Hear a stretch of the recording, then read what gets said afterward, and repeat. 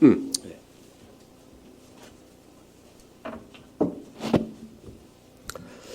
오늘 주 앞에 모여 예배하시는 사랑하는 교우 여러분에게 우리 주 예수 그리스도의 은혜와 평강이 충만하기를 주의 이름으로 축복합니다.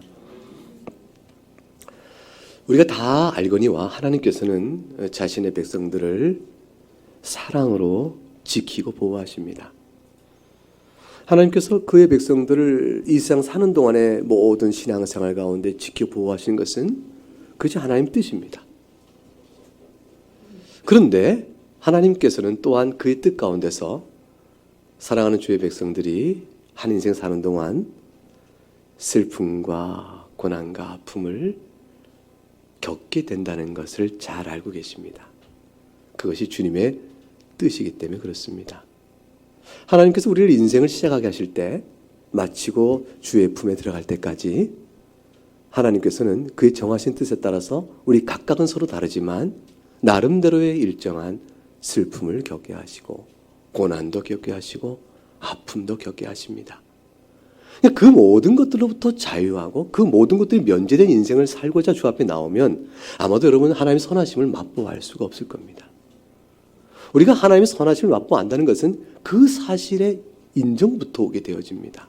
아, 내가 참 슬프다, 내가 참 외롭다, 아프다 이렇게 말할 때 나에게 결핍된 곤고한 메마른 인생, 이 모든 것들, 그들 겪을 때 이 모든 것들 주의 뜻 가운데 있는 인생이요 나로 하여금 주께서 겪게 하시는 인생이구나 사실을 생각해 보면서 주님 앞에 나올 때 우리는 새로운 인식으로 바뀌게 되어져요. 인생을 바라보는 눈도 바뀌게 되어집니다.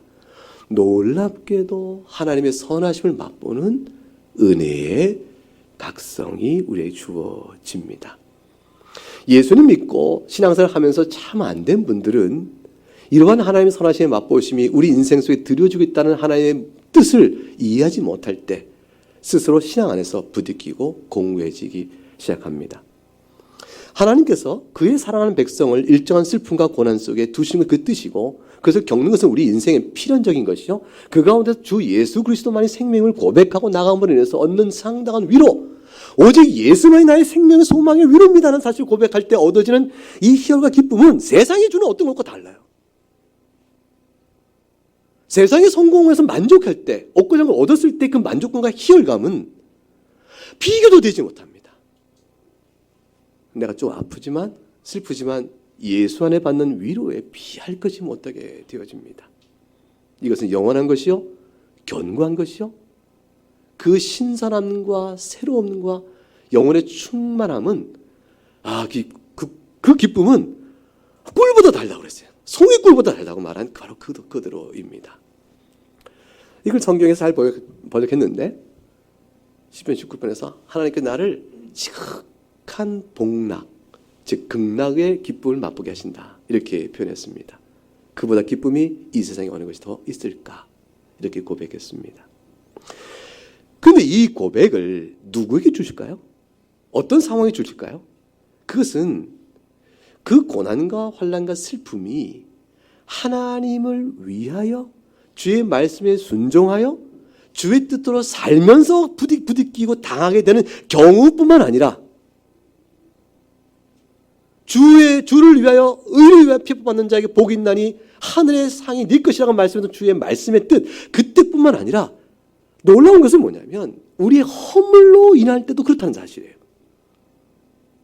우리의 허물로 자초에 당한 고난도 그렇다는 것입니다. 다윗이 골리앗과 싸워 이겼을 때 그럼에도 불구하고 사울로부터 인정을 받지 못하고 오히려 사울로부터 질투를 받아 내어 쫓기며 광야를 유리하게 되는 그 시련을 받을 때 하나님 내가 이스라엘 위해서 무엇을 했나이까? 내가 하나님 위해 무엇을 했나이까? 근데 어찌 내가 이런 일을 당하나이까? 라고 곤고함과 고난 속에 있을 때 그때만 하나님께서 다윗아 걱정 마라 내가 너와 함께 있다 라고 다윗의 마음을 만지시는 것이 아니고요. 다윗이 주 앞에 범죄할 때도 그런 것입니다. 신작에서 신앙의 승리라는 것은 날마다 경험하는 것이 아니고 사실 솔직히 우리가 이기는 것이 아니라 하나님께서 이기게 맛보주는 것인데 아슬아슬 때가 있죠. 사실 이 오늘 본문을 설명하는 이 맥락 속에서 잘 맞는 예화인지 모르겠어요. 근데 말하고 싶어서 제가 말을 해요. 지난주 경건회 합진에서 이제 경건회 때 일본 선교사님 한 분 오셨어요. 근데 선교사님이 겪었던 일인데, 이 따님이 이제 딸이 선교사님 딸이 고등학교 3학년이래요. 일본에서 거기서 낳고 거기서 컸죠. 수업 시간에 그 일본어 국어 선생님이죠. 1호 선생님이죠. 그 선생님이 뜻밖의 기독교를 막 비방하더래요. 기독교는 서로 사랑하고 네가 바라는 것을 먼저 행하라. 이렇게 이제 말하자면 황금률이 있는데, 이것은 자기들끼리 얘기지 하나님 안 믿는 자들, 기독교인이 아닌 자들에게는 목숨까지 생명까지 위협하며 그걸 빼앗는 아주 무시무시한 종교다. 그래서 악한 종교다. 이런 식의 뜻으로 설명을 했답니다. 그러니까 이제 선교사님 딸인 이 아이가 참을 수가 없는 거잖아요. 부딪히는 거잖아요. 그래서 손을 들고 발언권을 신청했는데 3번을 시도했으나 선생님이 발언권을 주지 않았답니다. 그래서 수업이 끝났죠. 얼마나 애가 힘들었겠어요. 그래서 여러분 같은 3번 손들어 선생님에게 저항해서 선생님 그게 아닙니다라고 말할 용기가 있겠습니까? 우선 그 대단해요. 근데 그게 딸이 아들이었으면 안 그랬을지 모르겠어요. 네, 확실히 여인의 믿음은 더 강한 것 같아요. 표시했어요. 그런데 거기서 수업을 끝나니까 이 아이가 그 다음 행동이 뭐냐면 교장선생님을 찾아간 겁니다. 자초지종을 다 얘기했죠. 이것은 아닙니다. 기독교는 그런 종교가 아닙니다. 기독교는 사랑의 종교고, 만일 그러한 종교였으면 우리 아버지가 선교사님이신데 얘기한 거죠. 선교사님이고 나는 이미 기독교임을 우리 학급 애들 다 압니다. 선교사님인데 우리 아빠가 여기 일본 땅에 오지도 않았을 것이며 내가 일본에 태어날 이유도 없습니다. 교과서에 쓰인 대로 기독교는 사랑의 종교입니다. 어떻게 이렇게 함부로 말할 수 있습니까? 라고 교장선생님이 말했고 교장선생님이 그걸 잘 납득을 했대요. 그래서 자초지종의 상황을 다 파악을 했답니다. 그리고 집에 와 이제 교장선생님 그렇게 했을 거고 아이는 집에 오지 않았겠어요? 아빠는 근심, 걱정. 이제 너는 학교에서 딸을 당하게 됐구나, 이짐에 당하게 생겼구나, 어떻게 그 살래 이렇게 등등 걱정을 다 했답니다. 근데 하나님께 손을 대신 거죠. 반전이 이루어집니다. 교장선생이 그 선생을 불러다가 자초지종의 정황을 다 알고 아이들 사태를 다 파악한 다음에 다시 그것을 취소하는 수업을 하게끔 했답니다. 그래서 교장선생의 지표하에 선생이 그것은 잘못된 것이다 라고 아이들에게 말하게 해서 그 모든 것이 정리가 됐어요. 승리를 얻은 거죠. 이것은 완전히 다윗과 골리앗 싸움이에요. 그 다윗이 골리앗을 이긴 것처럼 이 아이가 선생의 권위와 그 질서 안에서 그걸 자기 권리를 찾아낸 거죠. 여호와의 영광을 드러낸 것입니다. 그 말을 들으니까 너무 감동이 돼요. 이런 감동 안 되세요? 내가 지금 얘기를 전달 잘 못한 것 같아요. 너무 감동이 돼가지고 그래서 우리 애들도 그랬을래나? 아니 나는 그랬을래나? 그러다가 한국에서 통할까? 그 생각도 해봤습니다. 그런데 보세요. 만약 이 얘기가 다르게 됐다 쳐보십시다. 한국에서 어떤 아이가 그랬는데 결과가 선생한테 진노를 샀고 교장선생님도 무시해버렸고 아이들이 조롱을 받아서 그 아이가 그로 인해서 너 믿는 자며 예수 믿는다며? 라고 조롱을 더 받게 되었다라고 얘기가 끝났다고 쳐봅시다. 그럼 그 아이들 향한 하나님의 위로는 어떨까요? 승리한 자의 위로는 너무너무 크지만 그렇게 어려움을 당한 아이의 슬픔 속에 주님은 함께 계세요. 그런데 이 하나님의 위로라는 것은 승리도 나타나고 때는 슬픔과 고난과도 나타납니다. 어떤 건 주님께서는 자기 백성이 행하는 일에 그 고난과 함께 하시는 그 사랑을 금치 않으시는 거예요. 그런데 이것은 자랑스러운 고난이에요. 근데 오늘 시편 34편의 고난은 전혀 다릅니다. 오늘 시편 34편의 제목을 볼까요? 제목을 보면 뭐라고 쓰였습니까? 다윗이 아비멜렉 앞에서 미친 체 하다가 쫓겨나서 지은 시. 다윗은 누구며 아비멜렉은 누군가? 아비멜렉은 여러분 성경 넘겨보세요. 사무엘상 21장을 열어가 보실까요?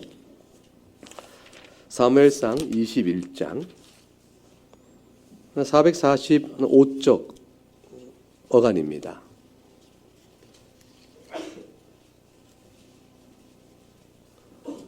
사무엘상 21장 10절부터 보게 되면 바로 10절부터 15절에 있는 사건을 시편 34편의 제목 표제로 놨습니다. 히브리 원문 성경은 표제 자체가 1절입니다. 그럼 어쨌건 이 본문에 이렇게 되어 있죠. 10절 보니까 그날에 다윗이 사울을 두려워하여 일어나 도망하여 가드왕 아기스에 가니 이 가드왕 아기스는 그의 고유명사 이름이고요. 아비멜렉은 가드왕을 가리키는 명사예요. 마치 이집트 이집트의 왕을 다 우리가 뭐라고 부르죠? 바로. 사람이 바뀌어도 바로라고 그 왕을 가리키는 명칭이듯이 아비멜렉이라는 것은 이 가드 왕, 블레셋의 가드 왕을 가리키는 명칭입니다. 뜻은 왕들의 아버지란 뜻이에요. 이 아기스에게로 도망갔습니다. 여러분 이 10절 말씀 속에서 뭘 봅니까? 아니 다윗 너 지금 뭐하는 짓이야? 이게 바로 나타나야 합니다. 다윗이 지금 어디를 두려워해서? 사울을 두려워해서. 그렇죠. 사울이 다윗의 생명을 뺏으려 하니까. 그 앞에 나오는 20장에 가게 되면 요나단과 얘기가 나옵니다. 요나단이 아비 사울이 다윗의 생명을 뺏을 것을 확실히 보고 요나단이 다윗아 도망가라 하고 요나단과 다윗의 우정 서약을 맺고 다윗을 보내버립니다. 그 보낼 때 다윗은 이제 결심한 사울의 추적을 알게 되어져서 21장 시작할 때 노베에 이르러 아무것도 없이 도망오니까 아히멜렉은 제사장에 가서 먹을 것을 구합니다. 떡을 얻어 먹고 그곳에서 칼을 구하고 그리고 도망치게 되는데 이 노베 제사장이 다 죽임을 당합니다. 다윗은 자기 생명을 빼앗으는 사울의 집요함과 두려움에 공포감이 돼서 쫓기는 신세가 되어지면서 선택은 뭐였냐면 내가 이스라엘을 떠나서 블레셋을 가야겠구나. 가드 땅 가나안 족속에 가야겠구나 라고 해서 그걸 피신해버린 것이에요. 다윗 정신이 있느냐는 것이 하나님을 믿는 다윗이요 골리앗과 싸움도 용맹했던 다윗이 그 순간에 개인적 목숨의 부지를 위하여 하나님의 주권적 섭리 앞에 자기 생명을 의탁하고 하나님이 정한 약속의 땅 이스라엘의 경내에 머물면서 광야요 불이요 산속이요 도망다니며 숨을 그 의지를 포기해버린 채 겁먹고 사울을 피하여 이방인 손에 자기 목숨을 의탁하러 간 겁니다. 하나님에게 목숨이 있음을 인정하고 나아가기를 두려워하여 사울의 두려움이 그 앞에 서서 이방인의 손에 자신의 지혜로 판단하여 자기 목숨을 의탁한 겁니다. 어디 여기서 골리앗을 싸워 이겼던 다윗의 용맹과 그 믿음의 그 새로움을 볼 수가 있겠습니까? 자, 그 결과가 어떻게 됐을까요? 다윗의 생명을 부지할 수 있을까요? 11절 아기스 신하들이 아기스에게 말하되 이는 그 땅의 왕 다윗이 아니니까 그가 무리가 춤추며 이 사람 이를 노래하여 이르되 사울이 죽인 전 천천히요 다윗은 만마리도 하지 아니하니까 하니라. 다윗은 왕이 아니었습니다. 다윗은 왕이 아니었으나 저들은 다윗을 왕이라 칭합니다. 왜 그랬을까요? 이미 사울은 천천히요 다윗은 만마리 말 속에 저들은 다윗의 위용은 이스라엘을 보호하고 지킬 하나님이 세우신 종인 줄 그들이 눈에 보이고 아는 겁니다. 이방인도 다윗의 존재를 인정하고 있을 때 다윗은 자신의 존재와 부르심 자체를 망각한 처럼 이방인의 손에 목숨을 의탁하려고 간 이 수치스러운 일들이 벌어지게 된 것이죠. 그러니까 하나님께서 오히려 이방인의 입을 들어 다윗을 부끄럽게 한 것입니다. 사울은 천천히요 다윗은 만만 이루다고 말했을 때 다윗에 주어진 영광은 그건 자신의 개인의 영광을 넘어서서 하나님이 이스라엘을 보호하시는 그 뜻이 드러난 것이었는데 그 모든 것들을 다 외면하고 이방인에게서 가서 목숨을 의탁하는 비참한 모습으로 갔을 때 그들이 오히려 증거해 준 것이 너는 만만이라고 이름을 불렀던 그 자가 아니었느냐. 존재를 확인시켜 주죠. 다윗이 이 말을 듣고 그 마음에 두고 두려워합니다. 심히 두려워합니다. 왜냐하면 저들이 나를 그렇게 본즉 나를 죽일 것이라 라는 두려움이 생긴 거죠. 금방 이방인의 손에 목숨을 의탁했던 자신의 생각이 얼마나 미련했으며 어리석었으며 수치스러운 것인가를 깨닫게 되어집니다. 지금은 절체절명의 위기가 된 겁니다. 자신의 미련함으로 하나님을 떠나 생명을 보존했던 시도는 결국 자신에게 화로 다가온 것입니다. 다윗은 이 가운데서 13절에 한 가지 방법을 선택합니다. 그것이 무엇일까요? 돌이켜 밤새 울며 하나님께 기도하더라. 그게 나옵니까? 아니에요. 다윗의 반응이 하나님이 도우시를 구하는 기도의 반응이 안 나옵니다. 자신이 다시 꾀를 냅니다. 그것은 뭡니까? 미치광이의 행동이었습니다. 그의 행동을 변하여 미친 채 하고 대문짝에 그적거리며 침을 수염에 흘리며 이거 한번 해보세요. 어떻게 하는가 이거. 그들 앞에서 행동을 변해서 미친 척 했는데 침을 질질 흘려야 돼. 수염에 다 적시면 침을 많이 흘려야 됩니다. 그리고 침을 흘리고 대문짝 그저께 뭘 그저께 대문짝에 이렇게 기대고 뭐 이렇게 미친놈처럼 했던 게 어떻게 하나 모르겠어요. 이렇게 행동했다는 것인데 거의 그냥 발광처럼 하고 침을 흘린 것인데 여러분 이 연기죠? 이 연기가 아기스를 속일 만큼 가드왕과 함께했던 그 무리들을 속일 만큼 실감나게 완벽했다. OX. 오. 연기를 굉장히 잘하시는 모양이에요. 속겠습니까? 속을까요? 속지 않으려고 이자가 지금 뭐 하는 짓인가? 테스트 안 할까요? 아니 이자가 미쳐가지고 여기까지 왔겠습니까? 그리고 미친 척을 했을 때 미쳤구나 싶을 때 갑자기 미쳤겠는가? 갑자기 미쳤으면 갑자기 제정신 돌아오면 곤란하겠다. 미쳤을 때 죽여버려야겠다. 생각할 수 있죠? 다윗은 기도하지 않았습니다. 본문은 생략된 말이에요. 다시 말하면 두드러진 다윗의 신앙 덕목을 본문이 드러내고 있지 않습니다. 계속돼 이어지는 다윗의 선택과 행동의 실수와 수치가 모멸감, 그걸 자꾸 드러냅니다. 사울은 천천히요, 다윗은 만만이라고 말했던 칭송받은 영광의 장수. 사울이 시기하여 그의 목숨을 뺏어야 할 만큼 두려웠던 자들, 저가 이스라엘 왕 아니냐라고 이방에 이미 퍼졌던 명성, 그 모든 위엄과 자랑은 한순간 무너지고 이제 미친놈이 되어져서 그 앞에 서서 했던 다윗의 이 모습, 그게 모습인데 그 미쳐가는 그 모습을 보고 천만 다행스럽게 아기스 왕이 그의 신하에게 이르기를 야 보라 미친 적 아니냐, 이런 미친 왕이를 어찌 내게 데려왔느냐, 그의 집에 돌려보내라 하고 돌려보내게 됩니다. 무엇이죠? 하나님이 구원하신 것이에요. 하나님이 구원하신 겁니다. 호랑이 아가리에 들어갔는데 미치광이 흉내낸다고 살 길이 아닌 것이에요.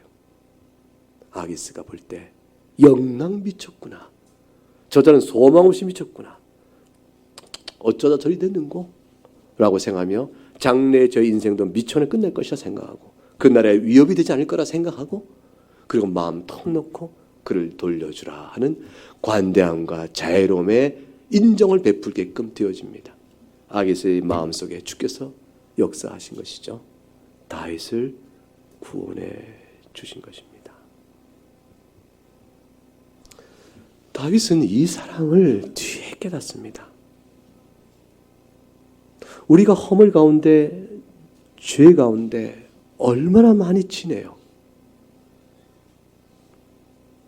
우리의 숱한 허물 가운데서 하나님께서 묻지 않으시고 그걸 드러내지 아니하시고 그걸 그대로 치지 아니하시고 덮어서 다른 이의 마음을 바꾸시고 악인의 마음을 쓰셔라도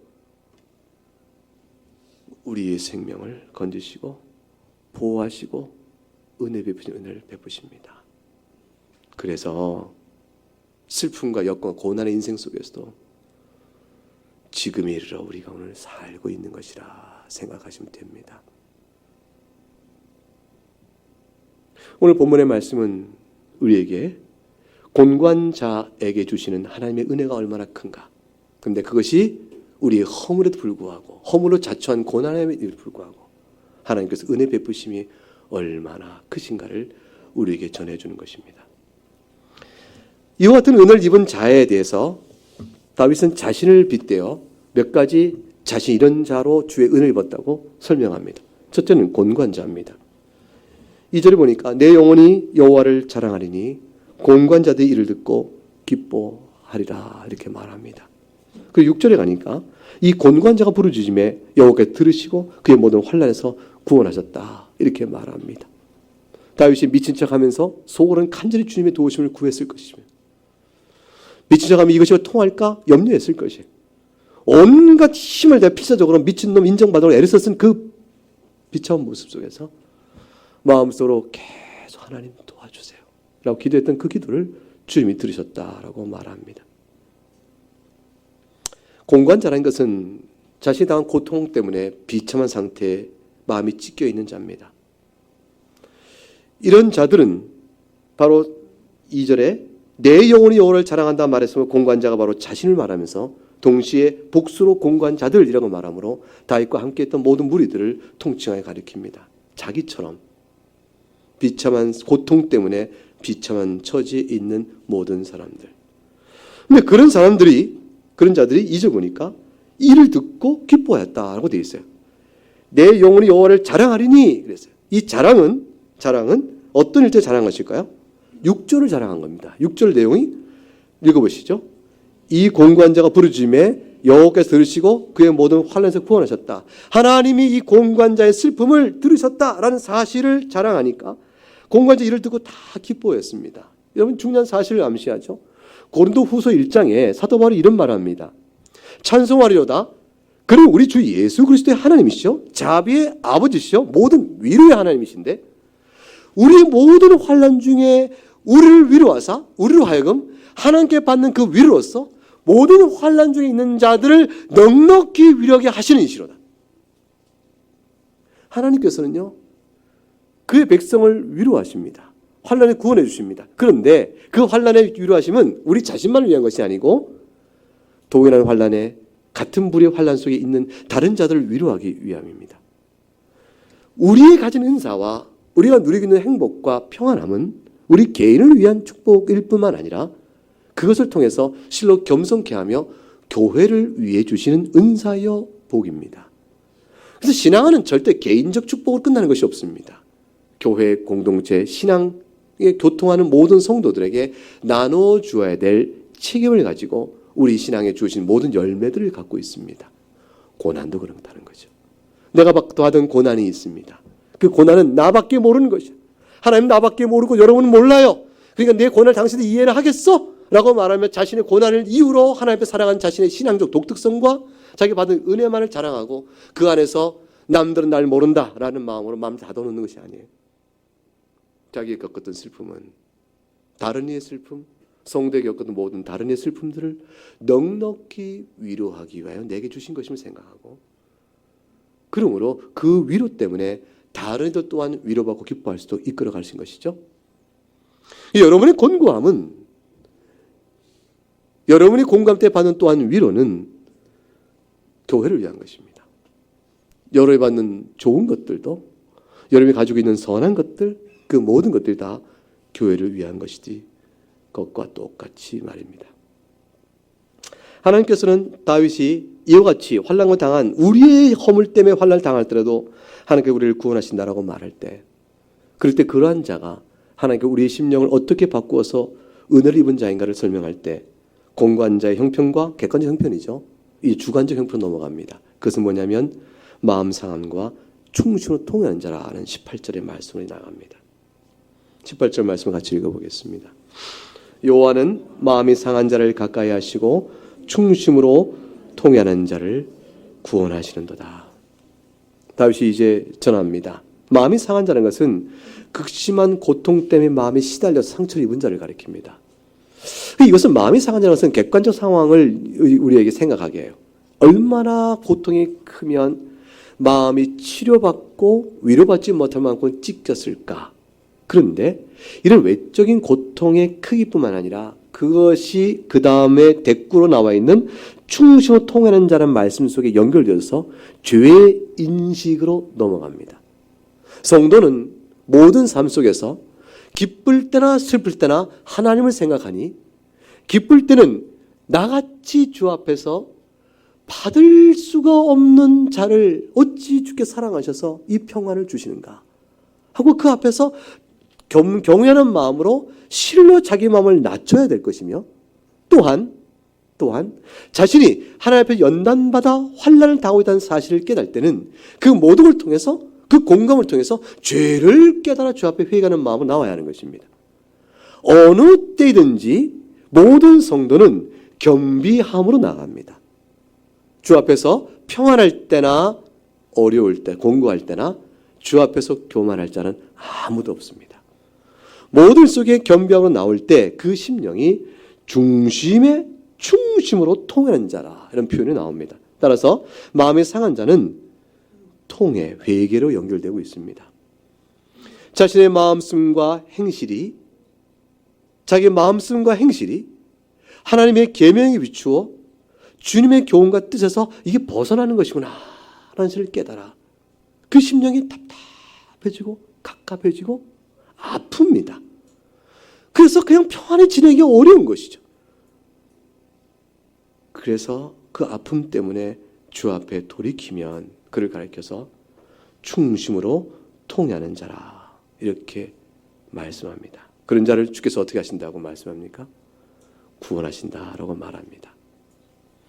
이런 자는 또 다른 표현으로 드러납니다. 곤고하고 마음이 상한 자요 충신 통회하는 자는 하나님을 무서워 떨지 않고 이상한 반전이 이루어집니다. 뭐냐면 하나님을 믿고 의리하며 경외합니다. 그래서 7절과 9절 말씀 이런 권면이 다윗을 통해서 주어집니다. 7절 여호와의 천사가 주를 경외하는 자를 둘러 진치고 그들을 건지신다. 주를 경외하는 자란 말이 나오고 9절에 너희 성도다 여호와를 어떻게 하라? 경외하라. 그를 경외하는 자에게 부족함이 없도다. 하나님께 가까이 나가라고 말하는 거예요. 너희가 마음속에 상했느냐? 너희가 중심으로 통회하는 마음이 들었는가? 죄를 깨달았는가? 그러면 주님 앞에 나가라는 것이에요. 이 경외는 하나님께 가까이 가라는 것이에요. 하나님을 멀리 가지 말라는 것이죠. 회개는 이상해요. 죄를 인식했는데 하나님께 죄를 미워하시고 벌을 내시는 줄 알았는데 하나님의 심판과 계명 앞에서 내가 죄를 범하였구나. 오호라 나는 망한 자가 됐구나. 내가 곤고한 자구나. 내가 어찌 하나님께 나갈꼬. 이렇게 죄에 대한 인식이 들어왔는데 경외하라. 주님 앞에 나가라는 것이에요. 자꾸 다윗은 우리를 하나님께 밀어냅니다. 왜 그럴까요? 하나님께 나가면 하나님께 피신하면 8절 말씀 읽어볼까요? 너희는 여호와의 선하심을 맛보아할지어다. 그에게 피한 자 복이 있도다. 하나님의 선하심을 맛보아할 수 있기 때문입니다. 용서를 받습니다. 모든 허물을 가리우십니다. 그리고 하나님께서 내 아들아, 자녀로 품으신 큰 사랑을 마음속 깊이 알게 됩니다. 오늘도 부르시고 오늘도 허물을 가리우시고 용서하시는구나. 뭘로 알까요? 그것을? 예수 그리스도 안에서 베푸신 십자가 용서에 대한 재확인이요? 그걸 믿는 자의 행복이요? 부인하셔서 믿음 주신 것에 대한 감사요? 죄에 깨닫는 회개 자체가 은혜인 것을 깨닫게 되어지고 하나님을 사랑하고 그의 긍휼을 높이 찬송하며 우리를 죽은 자고 살리시고 평생길 동안 붙드시다가 마지막에 이를 때 그리스도 형상을 온전히 담을 때까지 영원롭게 하시는 큰 사랑에 대한 확신이 마음에 들어오니 하나님의 선하심을 무엇으로 또 맛볼고 이렇게 고백하게 되는 겁니다. 이것이 이 땅에 살면서 영생을 맛보며 사는 자라고 말하는 경건의 비밀입니다. 22절을 읽어볼까요? 같이 읽습니다. 여호와께서 그의 종들의 영혼을 속량하시나니 그에게 피한한 자는 다 벌을 받지 아니하시다. 그의 종 영혼을 속량, 이 속량하시는 죄값을 치르심이 누구로 말미암습니까? 예수 그리스도입니다. 예수 그리스도의 십자가에서 모든 죄를 멸하셨으니 여러분 죄책과 죄형을 두려워하지 말지어다. 오직 주의 은혜로 너희가 구원받아서 생각하며 하나님의 크신 사랑을 찬미하라. 그래서 7절 다시 읽어봅니다. 여호와의 천사가 주를 경외하는 자를 둘러진치고 그들을 건지시는도다. 여호와의 천사는 누구를 가리킬까요? 일반적으로 말하면 천사입니다. 하나님 보내시는 주의 사자들. 그래서 곳곳에서 천사의 무리들을 하나님께 두루두루 부르셔서 사용하시며 이스라엘 보호하시고 하나님의 교회를 보호하시며 하나님의 사랑하는 여러분 개개인들 다 보호하실 수 있습니다. 그런데 여기서 말하는 여호와 천사는 특별해요. 예수 그리스도 이 땅에 오시기 이전에 주 성자 하나님께서 미리 역사하시는 손길들을 가리킨다고 볼 수 있습니다. 주의 천사는 예수님께서는 노아 때도 일하셨고요. 그리고 아브라함 때도 일하셨고 모세 때도 일하셨고 여호와 때도 일하셨고 계속 하나님의 교회 안에 이 땅에 때가 참에 사람으로 오시기 전에도 영으로 성자 하나님께서는 그의 교회를 보호하시는 일들을 쉼없이 해오셨습니다. 그래서 예컨대 재미있는 것은 창세기 22장에 가보게 되면 하나님께서 이삭을 약속의 자녀 주시고 그리고 이삭을 제물로 바치라고 명하십니다. 근데 이삭은 약속의 자녀로서 훗날 누구를 가리키는 예표가 되어지죠? 예수 그리스도를 가리키는 예표가 됩니다. 근데 갈라디아서에 보게 되면 바로 그게 설명되어지죠. 그런데 하나님께서 아브라함에게 이삭을 제물로 바치라고 명하셨다고 하나님께 명하셨다게 되어 있어요. 그런데 막상 아브라함이 이삭을 제물로 바치려고 순종하고 칼로 찌르는 그 순간에 멈춰라 아브라함아 내가 알았다라고 말씀하신 음성은 여호와의 사자께서 말씀하시기를 이렇게 되어 있습니다. 그러고 나서 네가 나를 경외를 내가 알았으냐고 여호와의 사자로 대신됩니다. 그리고 여호와의 사자의 멈추라는 명령 끝에 아브라함이 멈추니 하나님이 그를 멈추게 하시다 이렇게 설명되어 나가요. 여호와의 사자와 하나님이 창세기 22장에서 서로 교호적으로 쓰이게 되어집니다. 그런데 그 여호와의 사자가 이삭을 예표로 하여 훗날에 약속의 자녀 오실 바로 메시아 그분이시란 말이에요. 그러니까 이 땅에 육신으로 오시기 이전에 영으로 계신 성자 하나님께서 아브라함에게 이삭을 제물로 바친 그 순간에 자신이 죽을 성육신하여 자신이 죽을 완전한 구속의 때를 보시면서 그 그림자인 이삭을 제물로 바친 사건을 멈추게 하신 것이죠. 그리고 어린 양을 예비하게 하시는 그 계시 사건을 22장에 주십니다. 여호와의 사자로서 나타난 선제하시는 이 땅에 오시기 전에 이미 계시는 성자 하나님께 행하실 일들은 곳곳에 있어요. 모세를 통하여 애굽에서 이스라엘 백성 이끌어 올라가실 때 출애굽기에도 보면은 하나님께서 말씀하실 내 사자가 너희들 앞에 먼저 가서 일할 것이라고 말씀함으로 이스라엘 보호하시는 여호와의 사자의 사역들을 드러내십니다. 여호수아 때도 마찬가지입니다. 말라기 때까지 이어져 갑니다.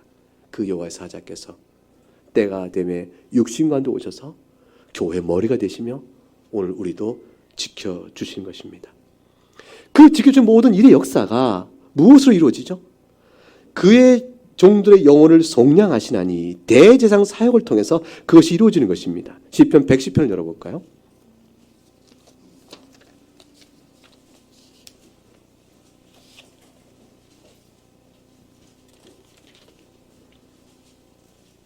(4절부터) 4절 한번 같이 읽어보겠습니다. 여호와는 맹세하고 변하지 아니하시리라. 이르시기를 너는 멜기세덱의 서열을 따라 영원한 제사장이라 하였도다. 이 말씀이 1절 보세요.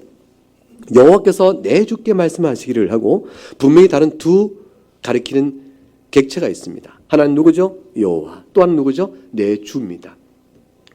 예수님은 이 본문을 들어서 바리새인에게 물었죠. 너희는 메시아가 누구라고 말하느냐? 다윗의 후손이다. 다윗의 후손인데 어쩐 다윗이 자기 후손인 자를 가리켜서 내 주라 말하며 그를 하나님이라 일컬었느냐고 물으십니다. 즉 110편 1절에 여호와께서 내 주께라는 것은 하나님께서 하나님에게란 똑같은 신격적 호칭으로 그를 대하고 있기 때문입니다. 그러므로 하나님 성자 하나님이 사람이 되어 오셔서 다윗의 육적 후손이 되어지나 그분이 곧 하나님이신 이 신비로운 사건을 너희가 아느냐고 주님이 되물으신 것이죠. 오늘 시편 110편 그것이에요. 이것은 메시아 예언시입니다. 여호와께서 성자 하나님에게 말씀하시기를 너는 내 원수로 내 발판이 되기까지 너는 내 오른편에 앉아있어 하셨다는 말씀은 성육하 이루실 그분의 신성을 드러내시는데 그분이 어떻게 이 일의 왕권적 사역을 가지고 2절 권능의 교를 가지고 원수를 다스릴 것인가? 이 모든 일들은 4절에 기초해 있는 것이에요. 그것은 뭐냐면 멜기세덱의 서를 따라 영원한 제사장이요 아론의 반차를 따라 율법에 따라 제사장이 아니고 짐승의 제물을 드려 다시 쉼없이 제물을 드릴 뿐이 아니라 영원한 그의 보혈의 피로 우리 죄값을 영원히 속하시는 영원한 제사장의 피, 단번에 속하시는 그의 은혜로 말미암아 죄가 속량 받았으니 그를 믿는 자마다 그저 살 것이라. 그 은혜로 인해서 우리가 베푸시는 것입니다.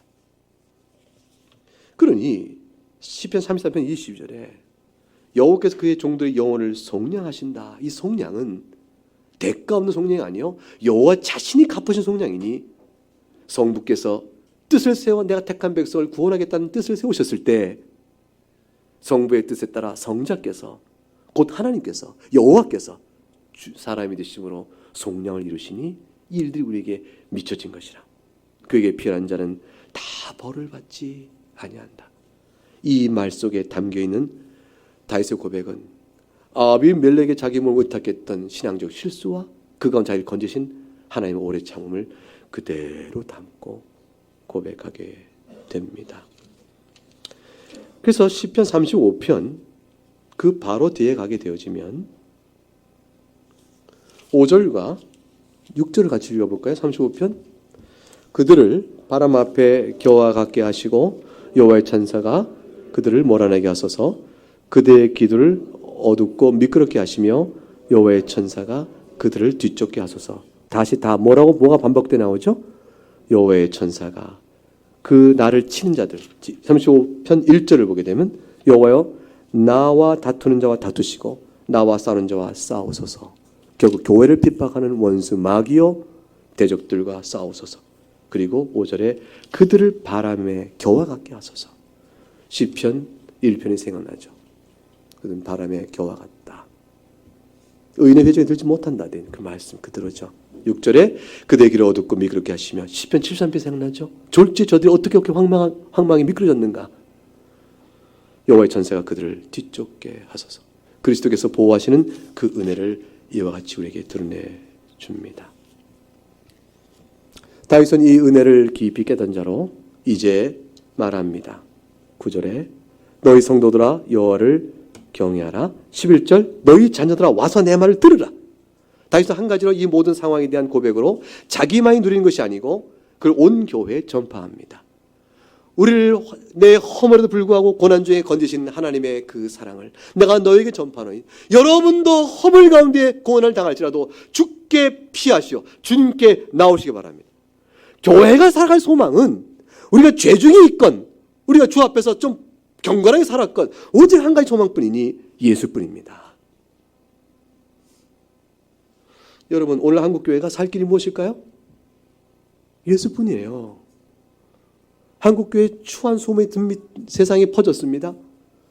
하나님의 교회가 어찌 이럴 수 있는가? 망하라 저 교회! 이러면 안 되는 것이에요. 어느 교회라도 아무리 세상이 조롱하는 교회라도 형제여 들으라. 주 예수 앞에 나오시라.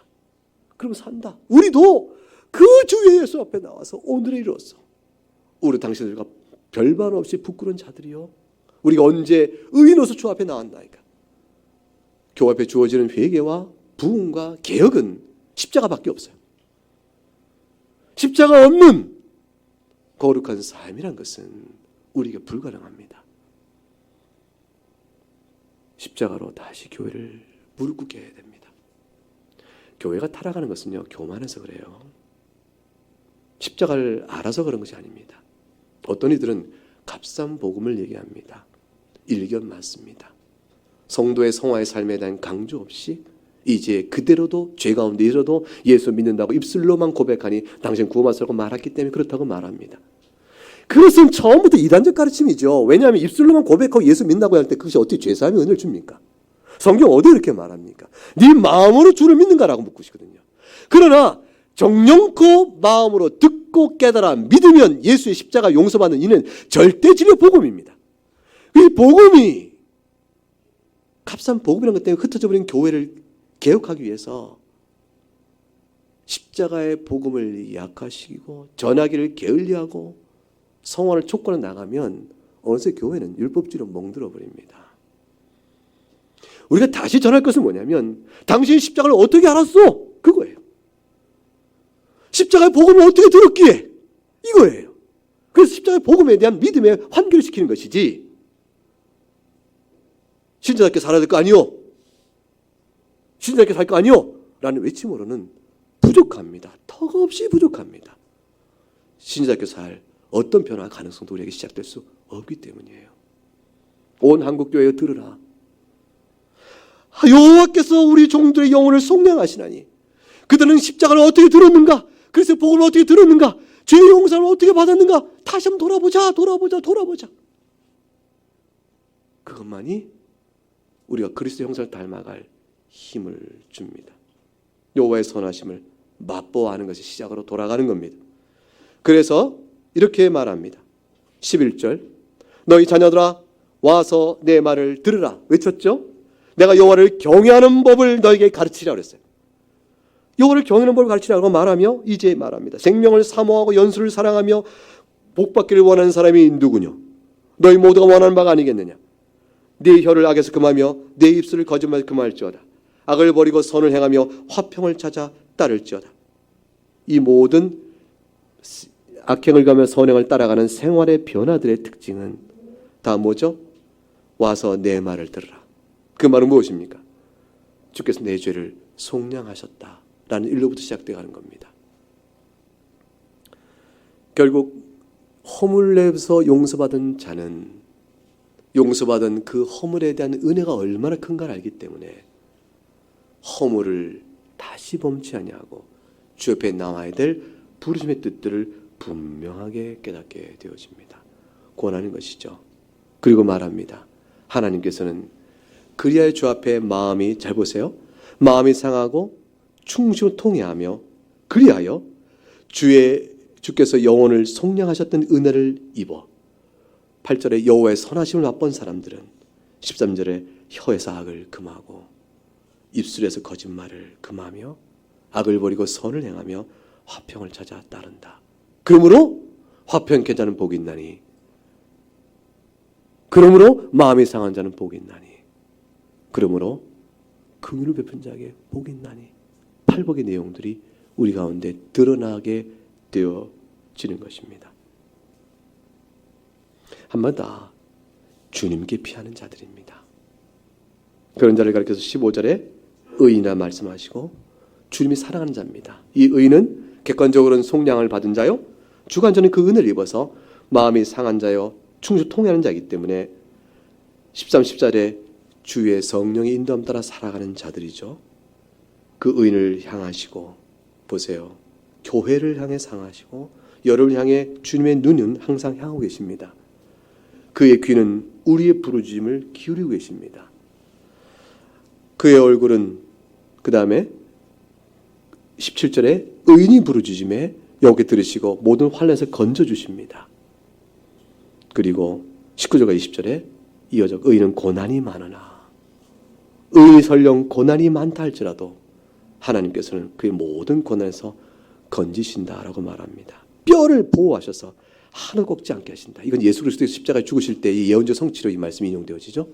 주님의 뼈가 하나도 부러지지 않았다는 말씀이 인용되어집니다. 우리의 의는 그리스도 안에 있고 그리스도 인해서 주어지는 완전한 의를 덧입었음을 오늘 본문의 맥락 속에서 멀리 보면 알 수가 있습니다.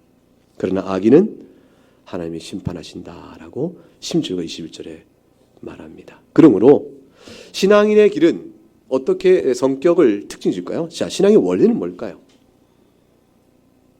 신앙생활의 특징은 1절과 3절이요, 원리는 8절입니다. 1절과 3절을 한번 같이 읽어보겠습니다. 시작. 내가 여호와를 항상 송축하며 내 입술로 항상 주를 찬양하리이다. 내 영혼이 여호와를 자랑하리니 곤고한 자들이 이를 듣고 기뻐하리로다. 나와 함께 여호와를 광대하시다 하며 함께 그의 이름을 높이세. 이것이 성도의 생활이요, 또 교회의 모습입니다. 보세요. 항상 송축한다. 항상 찬양한다. 이 1절과 그 다음에 19절 연결해 보세요. 의인은 고난이 많으나 여호와께 그의 모든 고난을 건지시는도다. 고난이 많으나, 그러나 1절 다시 오면 항상 송축하며 항상 주를 찬양한다. 도대체 이 역설이 어떻게 이루어질까요? 하나님이 도우신 손길에 대한 그 맛봄 때문에 그런 겁니다.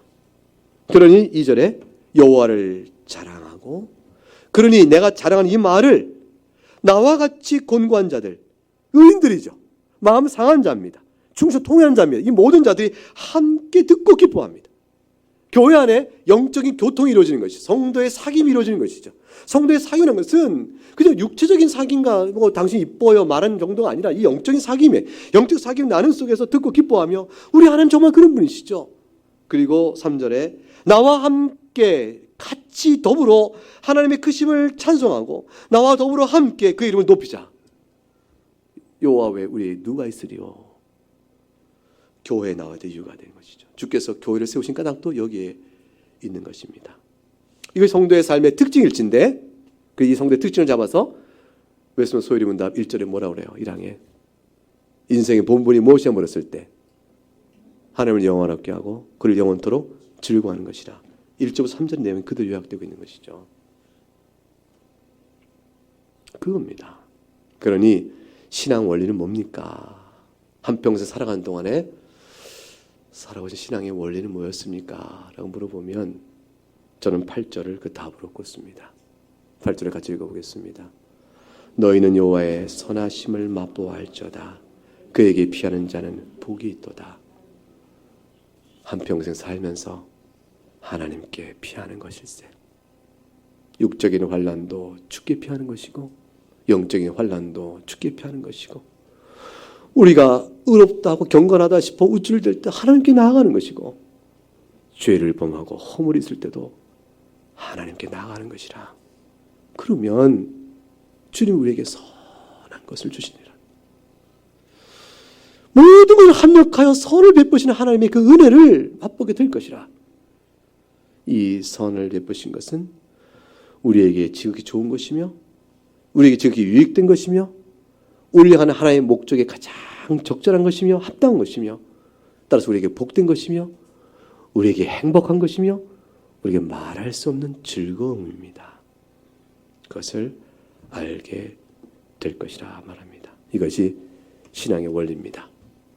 하나님의 우리를 붙여주는 사랑은 취소되거나 상실되지 않습니다. 그 강력함을 오늘 10절에 다윗은 이렇게 한마디로 결정적으로 얘기합니다. 10절 읽어보죠. 젊은 사자는 궁핍하여 줄일지라도 여호와를 찾는 자는 모든 좋은 것에 부족함이 없으리로다. 염려하지 마세요. 젊은 사자가 줄이겠습니까? 가장 힘있고 민첩하고 능력 있어 모든 것을 먹고장을 잡을 수 있는 만한 가장 절정의 젊은 사자, 그가 혹 궁핍하여 줄일지라도 여러분을 향한 여호와를 찾는 자에게 하나님 주신 은혜는 결코 부족함이 없습니다.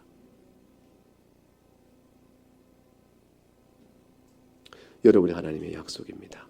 주 안에 있는 자의 행복이 이와 같으니 주를 믿고 지금까지 인생길 속에서 앞으로 살아가는 인생길 속에 또한 신앙의 길을 넉넉히 말씀으로 위로받고 살아갈 수 있기를 주의 이름으로 축복합니다. 함께 찬송하겠습니다.